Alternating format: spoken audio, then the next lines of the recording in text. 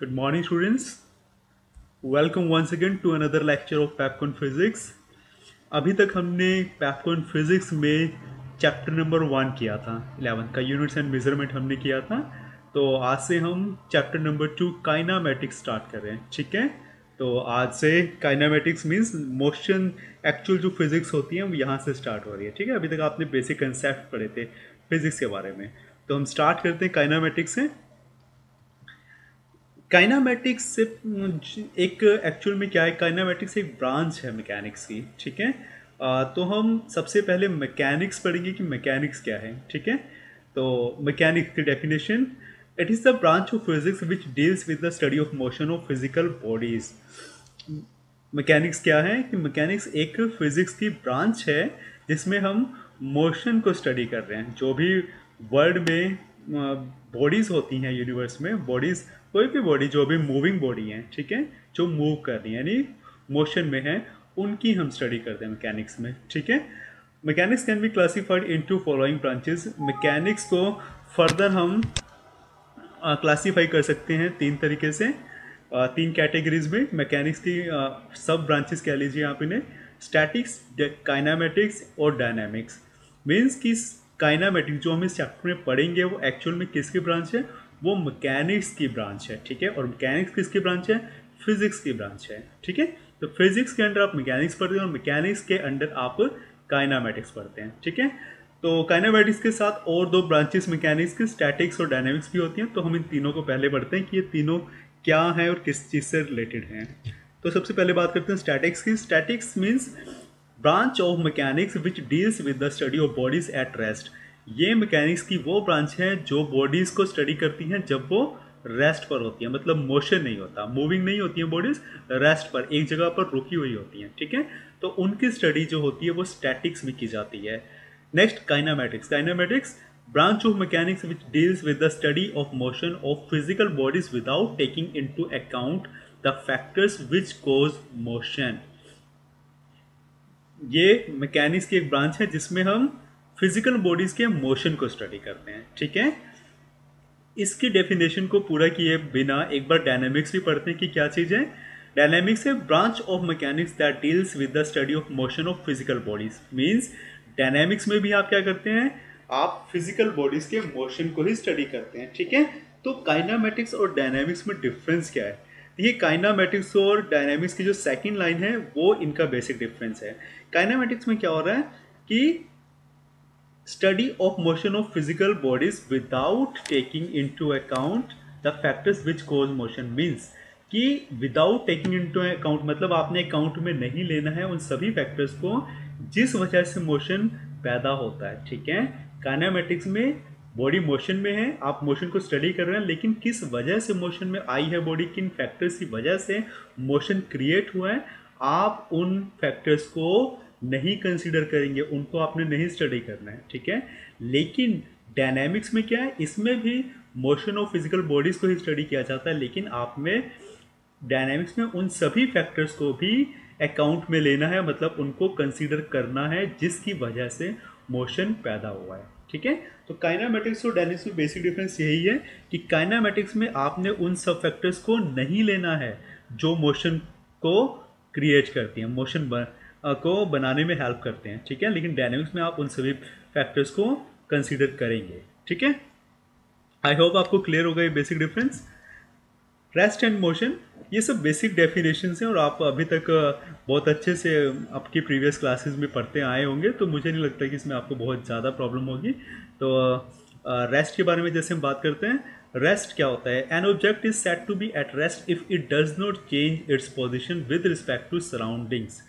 देखिए कोई भी बॉडी को आप रेस्ट में बोलेंगे कि अगर वो अपने सराउंडिंग यानी आसपास की चीज़ों के रिस्पेक्ट में, विद रिस्पेक्ट में मतलब आसपास की चीज़ों के परस्पर अपनी पोजीशन को चेंज नहीं करती है, ठीक है, तो हम क्या बोलेंगे कि वो रेस्ट पर है। जैसे whiteboard in the classroom is at rest with respect to classroom. अगर हम क्लासरूम की बात करें तो क्लासरूम के रिस्पेक्ट में जो व्हाइट बोर्ड है वो भी रेस्ट पर ही है। व्हाइट बोर्ड हिलता नहीं है अपनी पोजीशन से, है ना, एक ही जगह पर फिक्स्ड है। तो हम क्या बोलेंगे कि जो व्हाइट बोर्ड है वो फिक्स्ड है तो वो रेस्ट पर है क्लासरूम के रिस्पेक्ट में, ठीक है। मोशन, ये विद रिस्पेक्ट टू का एक बहुत ही इंपॉर्टेंट एक सिग्निफिकेंट है कि हम विद रिस्पेक्ट टू वर्ड क्यों यहाँ पे यूज़ करते हैं। हम आगे इसको स्टडी कर रहे हैं कि हम विद रिस्पेक्ट टू में क्यों देख रहे हैं हर चीज़ को ऑब्जर्व करते हुए, ठीक है। तो बेटर तरीके से इसको अगली स्लाइड में हम पढ़ेंगे। मोशन की जैसे हम बात करते हैं, an object is said to be in motion if it changes its position with respect to surroundings. किसी भी ऑब्जेक्ट को हम बोलेंगे कि ये मोशन में कि अगर वो अपनी पोजीशन को चेंज करता है सराउंडिंग के रिस्पेक्ट में, यानी आसपास की चीज़ों के परस्पर ये अपनी पोजीशन को चेंज करता है, तो हम क्या बोलेंगे कि वो मोशन में है। आपको पता है ये मोशन में कोई भी बॉडी अगर मूव कर रही है तो डेफिनेटली वो अपनी पोजीशन चेंज करती रहेगी, है ना। जैसे हम कहीं पर बाहर हम ग्राउंड पे मान लीजिए खड़े हैं, ठीक है, और हम एक बाइक को जाते हुए देख रहे हैं, तो बाइक अपनी इनिशियल पोजीशन से जाती हुई आपको दिखेगी और अपनी पोजीशन को चेंज करती हुई दिखेगी, ठीक है। For example when we walk, run और ride a bike, we are in the motion with respect to ground. कि एग्जाम्पल में बताया कि जैसा कि हम चलते हैं या फिर बाइक को राइड करते हैं, ठीक है, तो हम क्या कर रहे हैं, मोशन में है। किस रिस्पेक्ट में, ग्राउंड के रिस्पेक्ट में हम मोशन में, क्योंकि ग्राउंड तो फिक्स है ना, ग्राउंड तो मूव नहीं कर रहा, लेकिन ग्राउंड के रिस्पेक्ट में हम मूव कर रहे हैं, तो हम मोशन में हैं किसके रिस्पेक्ट में, विद रिस्पेक्ट टू ग्राउंड, ठीक है। ये एक स्टडी है, केस स्टडी है, बट कई बार आपको एग्जाम में आ जाती है कि इस चीज़ के बारे में इसको पढ़ते हैं कि क्या इसमें आपको बताया गया है स्लाइड में। रेड कलर में देखिए क्या लिखा हुआ है, nothing in the whole universe can be considered to be at absolute rest और एब्सोल्यूट मोशन। कि पूरे यूनिवर्स में, ठीक है, पूरे यूनिवर्स में, पूरे ब्रह्मांड में कोई भी ऐसी चीज़ नहीं है जिसको आप एब्सोल्यूट रेस्ट या फिर एब्सोल्यूट मोशन में कह सकते हैं। अब एब्सोल्यूट मोशन और एब्सोल्यूट रेस्ट का क्या मतलब है, ठीक है। देखिए, motion has two aspects, motion के दो एस्पेक्ट होते हैं, यानी मोशन के दो पहलू होते हैं। क्या क्या, एक होता है रिलेटिव और एक होता है एब्सोल्यूट। मीन्स एक रिलेटिव मोशन या रेस्ट या फिर एक एब्सोल्यूट मोशन या रेस्ट, ठीक है। जैसे हम रिलेटिव मोशन की बात करते हैं, रिलेटिव मोशन क्या होता है, relative motion is the motion that depends on the frame of reference of the observer. Relative motion क्या होता है, देखिए जब भी आप मोशन की बात करते हैं तो मोशन हमेशा आप रिलेटिवली स्टडी करते हैं। रिलेटिवली मीन्स आप किसी फ्रेम ऑफ रेफरेंस में होते हैं, यानी आप जो ऑब्जर्व करते हैं वो किसी फ्रेम ऑफ रेफरेंस में होते हैं, ठीक है। और जो मूव करने वाला होता है, जिसकी मोशन को आप स्टडी कर रहे होते हैं, ठीक है, तो वो एक फ्रेम ऑफ रेफरेंस में होता है। तो हम अपनी अपेक्षा में एक दूसरी बॉडी जो किसी और फ्रेम ऑफ रेफरेंस में है, हम उसकी जो पोजीशन है हम उसको स्टडी करते हैं, ठीक है। तो ये रिलेटिव है, समझ रहे हैं आप। फ्रेम ऑफ रेफरेंस का मतलब क्या है कि देखिए जैसे मैं मान लीजिए ग्राउंड पे खड़ा हूँ, ठीक है, और मेरे सामने से कार निकल के जाती है, ठीक है, तो मैं ग्राउंड पे खड़ा हूँ तो मेरा ये फ्रेम ऑफ रेफरेंस है कि मैं जहाँ से देख रहा हूँ, और गाड़ी रोड के ऊपर कार मूव कर रही है, ठीक है, तो वो एक कार का फ्रेम ऑफ रेफरेंस है, ठीक है। तो हम अपनी तुलना में देखते हैं कि हम स्टेशनरी हैं, यानी एक जगह पर हैं, लेकिन हमारे रिलेटिवली जो कार है वो मूव कर रही है ना। हमारे रिलेटिव होगी ना कि हम फिक्स पोजीशन पे या रेस्ट पर है, लेकिन कार मूव कर रही है। तो जब भी आप मोशन की बात करेंगे तो एक्चुअल में ये रिलेटिव स्टडी होती है कि आप किस चीज़ के रिलेटिव बात करते हो, ठीक है ना, समझ रहे हो। तो ये एक्चुअल में किसके ऊपर डिपेंड कर रही है, ये frame of reference of observer के ऊपर डिपेंड करती है कि आप कहाँ से ऑब्जर्व कर रहे हो, है ना। आप कहाँ से ऑब्जर्व कर रहे हो, इस चीज़ पर डिपेंड करता है कि आप किस चीज़ को रेस्ट पर बोलेंगे या फिर आप मोशन में बोलेंगे, ठीक है। तो रिलेटिव समझ रहे हैं, रिलेटिव मतलब परस्पर, एक दूसरे के तुलना में हम इस चीज़ को स्टडी करते हैं, रिलेटिव स्टडी करते हैं। इस चीज़ को एग्जांपल से और क्लियर करेंगे। जबकि एब्सोल्यूट का क्या मतलब होता है, absolute means actually in rest और मोशन। एब्सोल्यूट का मतलब होता है कि हम पक्के तौर पे कह सकते हैं कि बॉडी रेस्ट पर है या फिर मोशन में है, ठीक है। मतलब उसमें कोई भी गुंजाइश नहीं है किसी भी तरीके से, कोई भी पर्सन, कोई भी साइंटिस्ट, ठीक है, कोई भी उसको डिनाई नहीं कर सकता कि वो, अगर मैं बोलता हूँ किसी चीज़ को कि एब्सोल्यूट रेस्ट में, तो मीन्स कोई ये नहीं बोलेगा कि वो मोशन में है, वो पूरी तरीके से रेस्ट पर ही है। कोई स्टडी, कोई भी फिजिक्स के लॉ उसको प्रूव नहीं कर सकते कि वो मोशन में है, कि अगर वो एब्सोल्यूट रेस्ट में मैंने बोल दिया, ठीक है। और अगर मैं बोल दिया कि अगर मैं बोलता हूँ कि एब्सोल्यूट मोशन में है कोई बॉडी, तो सभी फिजिक्स लॉ, कोई भी जो स्टडी है वो इस चीज़ को गलत प्रूव नहीं कर सकती, है ना। कि बॉडी जो है वो रेस्ट पर है। एब्सोल्यूट का मतलब होता है पूरे तरीके से या तो रुकी हुई या फिर पूरे तरीके से मूव करते हुई। ठीक है, समझ रहे हैं, रिलेटिव नहीं देख रहे हैं हम इसमें। ठीक है, when we study is always the relative motion, that is the motion of one object with respect to another। जब भी हम मोशन को स्टडी करते हैं तो हमेशा हम रिलेटिवली स्टडी करते हैं, इस वजह से हम इसको रिलेटिव मोशन बोलते हैं। एग्जाम्पल से ये जो नीचे दिया इससे आपको बहुत अच्छे से क्लियर हो जाएगी ये जो मैंने चीज़ें पढ़ाई हैं। For example, driver of a moving car is in motion with respect to an observer standing outside on the ground, whereas the same driver is at rest with respect to the man in the passenger seat. मान लीजिए कोई person जो driver है वो car को drive कर रहा है। ठीक है, कार को ड्राइव कर रहा है और मैं ग्राउंड पर खड़ा होकर बाहर से उसको देख रहा हूँ। कार के बाहर हूँ मैं, ठीक है, मैं एक जगह पर खड़ा होकर उसको ऑब्जर्व कर रहा हूँ। ठीक है, तो क्या होगा, जो ड्राइवर है, ठीक है, ड्राइवर मेरे कंपैरिजन में, ठीक है, यानी मैं उसको बाहर से खड़े होकर ग्राउंड के ऊपर खड़े होकर उसको ऑब्जर्व कर रहा हूँ, तो मेरे रिलेटिवली ड्राइवर मोशन में है क्योंकि वो कार को मूव करके लेके जा रहा है। ठीक है, लेकिन जो ड्राइवर है, जो उसकी कार के पीछे कोई अगर पर्सन बैठा हुआ है तो उसके विद रिस्पेक्ट टू में वो रेस्ट पर होगा। ठीक है, क्योंकि वो दोनों एक ही फ्रेम ऑफ रेफरेंस में है ना। जो कार का ड्राइवर है और कार के पिछली सीट पे जो पर्सन बैठा हुआ है वो उसी मूविंग बॉडी में है, वो एक साथ मूव कर रहे हैं, है ना। जब कार मूव करेगी तो वो दोनों तो एक ही फ्रेम ऑफ रेफरेंस में है ना, तो वो दोनों एक फ्रेम ऑफ रेफरेंस में है। ठीक है, तो हम बोलेंगे कि वो दोनों एक दूसरे के रिस्पेक्ट में रेस्ट पर हैं, है ना। ठीक है, लेकिन वो हमारे रिस्पेक्ट में जो पर्सन बाहर से खड़ा होकर उनको ऑब्जर्व कर रहा है उनके रिस्पेक्ट में कार मूविंग है, मोशन में है। ठीक है, तो आई थिंक ये एग्जांपल से आपको क्लियर हो गया होगा कि हम रिलेटिव क्यों स्टडी करते हैं, विद रिस्पेक्ट टू क्यों स्टडी करते हैं। ठीक है, देखिए कोई भी जो चीज़ होती है कि एक और एग्जांपल समझने की कोशिश करते हैं, आप उसको एब्सोल्यूट रेस्ट या एब्सोल्यूट मोशन में नहीं बोल सकते। एब्सोल्यूट का मतलब होता है कि पूरे तरीके से रेस्ट पर है या पूरे तरीके से मोशन में, आप ये बोल ही नहीं सकते। अब मान लीजिए अगर हम अर्थ की ही बात करें, ठीक है, तो हम जिस तरीके से ऑब्जर्व करते हैं, हमें पता है कि अर्थ अपनी एक्सिस पर घूमती है और प्लैनेटरी सिस्टम में है तो सन के अराउंड भी रिवॉल्व करती है, घूमती है ना। लेकिन हम एज एन ऑब्जर्वर अर्थ पर रहकर हम इस चीज़ को कभी भी नहीं महसूस कर पाते कि अर्थ घूम रही है ना। हमें लगता है कि अर्थ स्टेशनरी है, रुकी हुई है ना। लेकिन अगर मैं प्लैनेटरी सिस्टम की बात करूं, ठीक है, तो हमें पता है कि एलिप्टिकल पाथ में जो अर्थ है वो सन के अराउंड घूम रही है, तो तब हम क्या कहेंगे कि वो मोशन में है। ठीक है, तो एक्चुअल में कोई भी बॉडी रेस्ट पर या मोशन, एब्सोल्यूट रेस्ट या एब्सोल्यूट मोशन में नहीं होती है।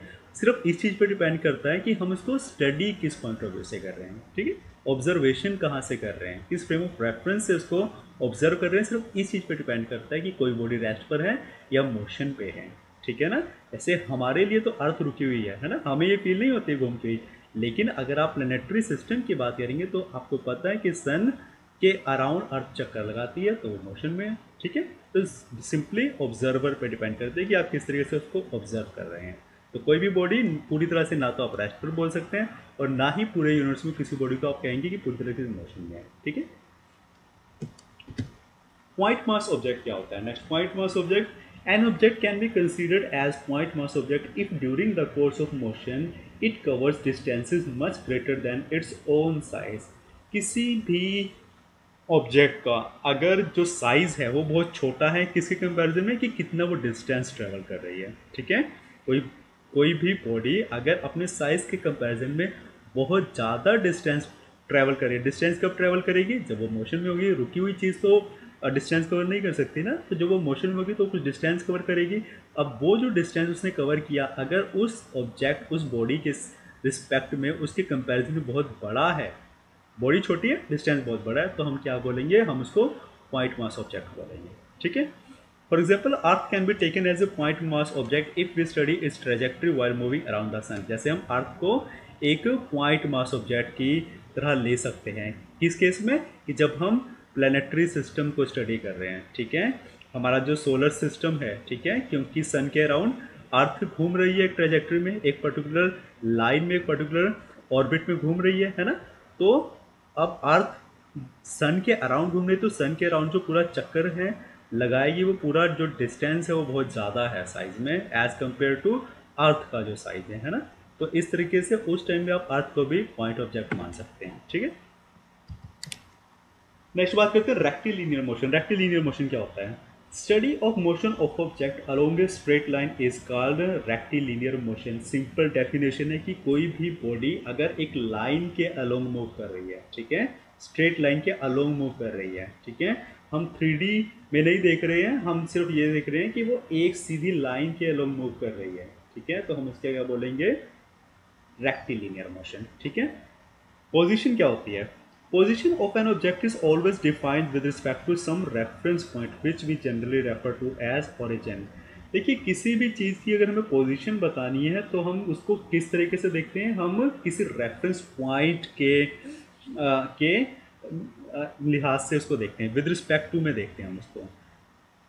उसके अब देखो, जैसे ना कोई बॉडी किसी टाइम पर एक जगह पर है, ठीक है, समझ रहे हैं? मान लीजिए ट्रेन की बात करते हैं, ठीक है, तो ट्रेन प्लेटफॉर्म पर आई, ठीक है, प्लेटफॉर्म पर आती है तो वो एक उसकी पोजीशन हो गई, ठीक है। फिर जब उसका सायरन होता है तो वो मूव करती है, आगे चली जाती है ना, तो वो एक दूसरी पोजीशन में चली गई, ठीक है ना। तो अगर हम उसका प्लेटफॉर्म पे जब वो रुकी हुई है तो हम उसको ओरिजिन मान लेते हैं, हमने तब उसको ऑब्जर्व करना शुरू किया है, तो जब वो प्लेटफॉर्म पे है ट्रेन तो हम उसको ओरिजिन मान लेते हैं ट्रेन का, और जब वो मूव करती है तो हमें लगता है कि अब ये अपनी पोजीशन चेंज कर रही है, ठीक है। तो पोजीशन जो होती है वो हमेशा किसी रेफरेंस पॉइंट के विद रिस्पेक्ट टू में देखी जाती है, ठीक है, जिसको हम ओरिजिन बोलते हैं कि ओरिजिनली कहाँ पे थी और अब इसने कौन सी पोजीशन ले ली है, ठीक है। तो इस चीज़ से ओरिजिन से हम हमेशा इस चीज़ का पता करते हैं। डिस्टेंस और डिस्प्लेसमेंट, ये इंपॉर्टेंट टॉपिक्स हैं। डिस्टेंस क्या होता है? देखिए, कोई भी जो बॉडी है अगर वो एक जगह से दूसरी जगह जाती है ना, एक पोजीशन से, इनिशियल पोजीशन से किसी दूसरी जगह पर, जिसको हम उसको फाइनल पोजीशन बोल सकते हैं, ठीक है, वहाँ तक जाती है तो एक पाथ ट्रेवल करके जाएगी, है ना। तो जिस पाथ के थ्रू वो जा रही है वो पूरा जो पाथ है उसको हम बोलेंगे कि डिस्टेंस है वो, ठीक है। जैसे इस एग्जाम्पल में ये जो डायग्राम है इसमें देखिए, मान लीजिए कोई बॉडी की जो इनिशियल पोजीशन है वो ए है, ठीक है, और वो बी के पास जा रही है, बी पोजीशन पर जा रही है, ठीक है, ये इसकी इनिशियल है, और मान लीजिए बी पर जा रही है। तो एक तो ये देखिए ए से बी तक वो सीधा भी जा सकती है, और एक और सी पॉइंट है यहाँ के थ्रू, इसके थ्रू भी जा सकती है कि ए से पहले सी पर आई फिर सी से बी पर आई, ठीक है। तो जो डिस्टेंस है वो एक्चुअल में पूरा का पूरा पाथ की लेंथ होती है, ठीक है। अगर वो यहाँ से ए से बी तक डायरेक्ट जाती है तो आपका जो डिस्टेंस होगा वो ए बी होगा, ठीक है। लेकिन अगर वो सी के थ्रू जाती है कि पहले ए सी पर आती है फिर बी पर जाती है, तो आपका जो डिस्टेंस होगा वो ए सी प्लस सी बी होगा, ठीक है, यानी पूरे पाथ की लेंथ, ठीक है। लेकिन जो डिस्प्लेसमेंट होती है, displacement is the difference between the final and initial positions of the object during course of motion. Displacement क्या बताती है? सिर्फ फाइनल और इनिशियल पोजीशन के बीच का डिफरेंस बताता है, ठीक है, जो डिस्प्लेसमेंट होता है मोशन में।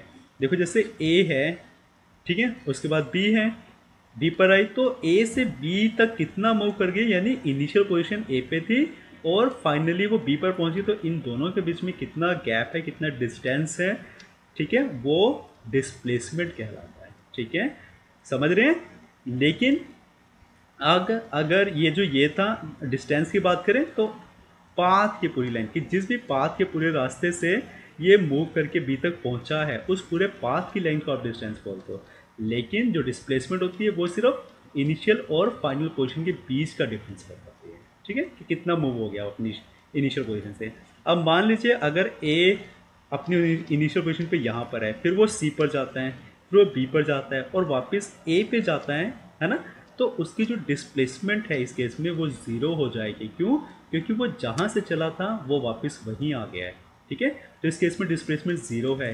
कहाँ, कब की बात कर रहा हूँ कि अगर वो ए से सी से बी और बी से दोबारा ए पर ही आ जाता है, मीन्स जहाँ से चला था वहाँ पर ही वापस आ गया, तो डिस्प्लेसमेंट इस केस में ज़ीरो होगी, क्योंकि उसकी कोई डिस्प्लेसमेंट नहीं, इनिशियल और फाइनल पोजीशन दोनों सेम है ना, क्योंकि फाइनली ट्रैवल करके वो अपनी जगह पर ही आ गया, तो डिस्प्लेसमेंट ज़ीरो है। लेकिन इस केस में जो डिस्टेंस है वो ज़ीरो नहीं है, डिस्टेंस तो पूरे पाथ की होगी ना, कि ए से सी से बी और बी से ए, ये पूरा डिस्टेंस, जो पूरी लेंथ ये जो इसने ट्रैवल की है, पूरा पाथ जो ट्रैवल किया, ये डिस्टेंस बता रहा है, ठीक है। तो अब इस केस में, अब एग्जांपल के तौर पर हम इसी केस को मानते हैं, तो इस केस में जो आपका डिस्प्लेसमेंट है वो ज़ीरो है, क्योंकि वापस ओरिजिनल पोजीशन पे ही आ गया, लेकिन जो डिस्टेंस है वो ज़ीरो नहीं है, ठीक है ना, क्लियर है।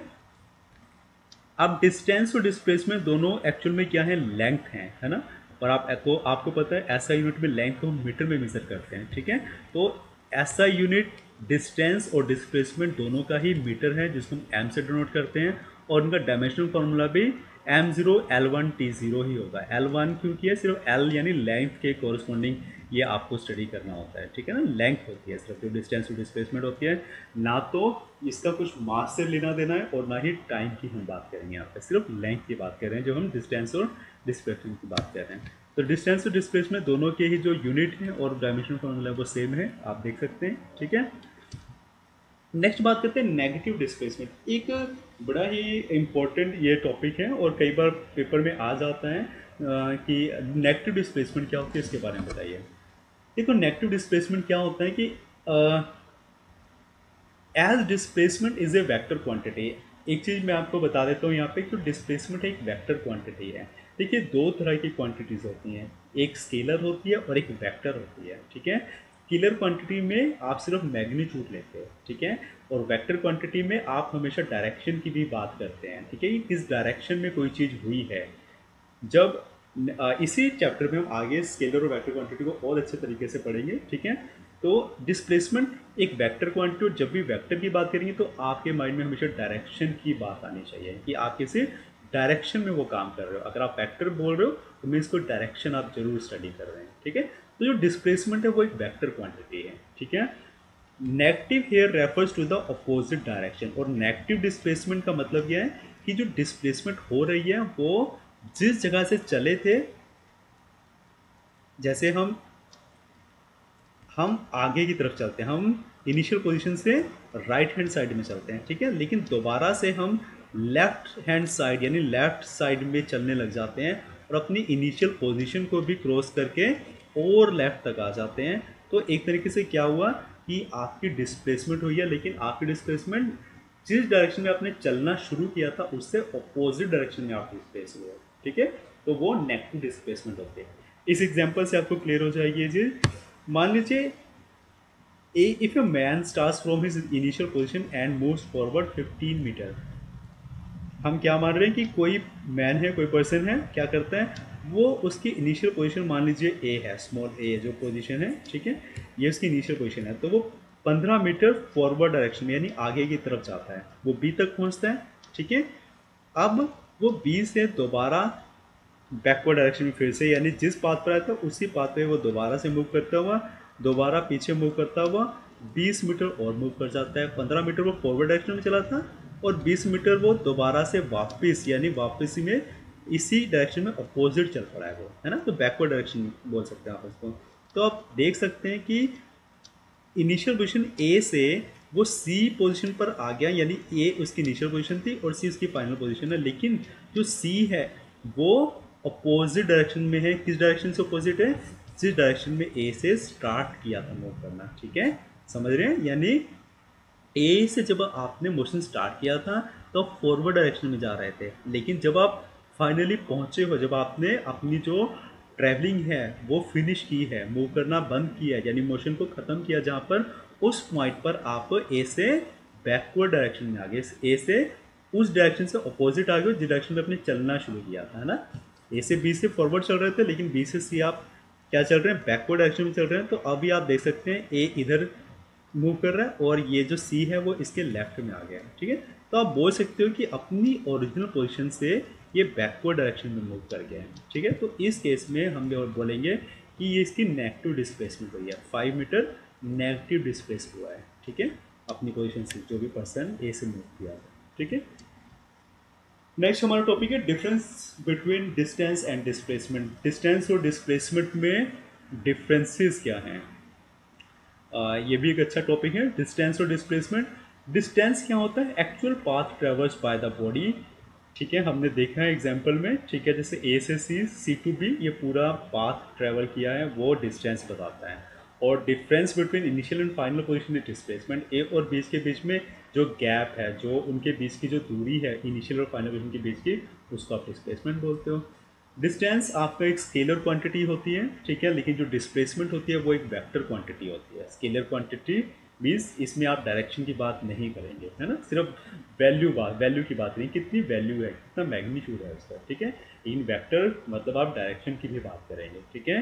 डिस्टेंस कैन बी जीरो और positive but can never be negative. देखिए डिस्टेंस की वैल्यू ना पॉजिटिव हो सकती है, पॉजिटिव तो होगी ही। अगर कोई भी बॉडी मूव करके कहीं जा रही है तो इसका मतलब उसने कुछ तो डिस्टेंस ट्रेवल किया ही है। अगर वो रेस्ट पर है, ठीक है, समझ रहे हैं, तो हम बोलेंगे कि वो ज़ीरो है, कि उसने कोई भी अभी मोशन स्टार्ट नहीं किया है। लेकिन वो कभी भी नेगेटिव नहीं हो सकती, ऐसा नहीं हो सकता कि अगर किसी बॉडी ने एक पोजीशन से मूव करके दूसरी जगह तक गई है तो आप ये कभी भी नहीं बोल सकते कि उसने नेगेटिव डिस्टेंस ट्रेवल किया है। डिस्टेंस हमेशा पॉजिटिव रहेगा, ठीक है। लेकिन जो डिस्प्लेसमेंट है वो ज़ीरो भी हो सकती है, जैसा हमने पिछले केस में बताया था कि ए से मूव करके वापस करो, ए पर ही आ जाता है तो उसकी डिस्प्लेसमेंट कुछ भी नहीं हुई, तो हम बोलेंगे जीरो डिस्प्लेसमेंट है। पॉजिटिव डिस्प्लेसमेंट भी हमने देखी है, ठीक है, और नेगेटिव डिस्प्लेसमेंट भी हमने अभी पीछे अपनी बात की कि अगर वो बैकवर्ड डायरेक्शन में अपनी ओरिजिनल पोजीशन से बैकवर्ड डायरेक्शन में मूव कर जाता है तो हम उसको नेगेटिव डिस्प्लेसमेंट बोलते हैं, यानी डायरेक्शन की हमने बात की थी इसमें, ठीक है। तो डिस्प्लेसमेंट पॉजिटिव, नेगेटिव, जीरो तीनों वैल्यू दे सकता है, लेकिन जो डिस्टेंस है वो कभी भी नेगेटिव नहीं हो सकता। Next, distance is always greater than the magnitude of displacement. Distance जो होगा कभी भी डिस्प्लेसमेंट से उसकी वैल्यू कम नहीं होगी, ठीक है। डिस्प्लेसमेंट जितनी भी होगी डिस्टेंस हमेशा उसके बराबर या उससे ज़्यादा ही होगा, ठीक है।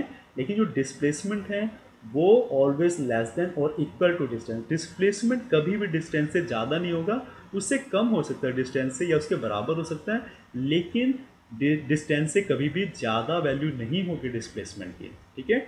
डिस्टेंस की वैल्यू डिस्प्लेसमेंट से ज़्यादा हो सकती है, लेकिन डिस्प्लेसमेंट की वैल्यू कभी भी डिस्टेंस से ज़्यादा नहीं हो सकती, ठीक है, इक्वल हो सकती है।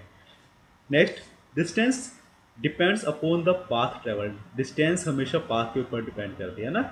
आप मान लीजिए ए और बी दो क्वेश्चन है, आप सीधा जाके ए से बी पे चले आते हो या फिर आप घूम के सर्कुलर पाथ के थ्रू या फिर कहीं से भी घूमकर फिर बी पर आते हो, तो आपका टोटल डिस्टेंस वो पूरे पाथ की लेंथ होगी, है ना, जिस जिस रास्ते से आप ए से बी तक पहुँचे हो, है ना। यानी डिस्टेंस की हम बात करें तो हम पाथ की बात करेंगे, टोटल कितना पाथ ट्रेवल किया है। इसका क्या मतलब निकलता है कि डिस्टेंस हमेशा पाथ के ऊपर डिपेंड करते हैं, डिस्टेंस की वैल्यू है। लेकिन डिस्प्लेसमेंट को पाथ से कुछ लेना देना नहीं है। जिस मर्जी पाथ के अलोंग कोई बॉडी मूव करके अपनी इनिशियल से फाइनल पोजीशन पे गई है, ठीक है, उससे डिस्प्लेसमेंट पे कोई फर्क नहीं पड़ता। ये डिस्प्लेसमेंट तो सिर्फ इनिशियल और फाइनल पोजीशन के बीच की दूरी बताती है, ठीक है। तो डिस्प्लेसमेंट इंडिपेंडेंट है पाथ के, लेकिन डिस्टेंस पाथ पे डिपेंड करता है, ठीक है। तो आज हम इतना ही करते हैं। नेक्स्ट लेक्चर में हम कुछ और इम्पोर्टेंट टॉपिक्स पढ़ेंगे काइनेमेटिक्स के। Thank you so much.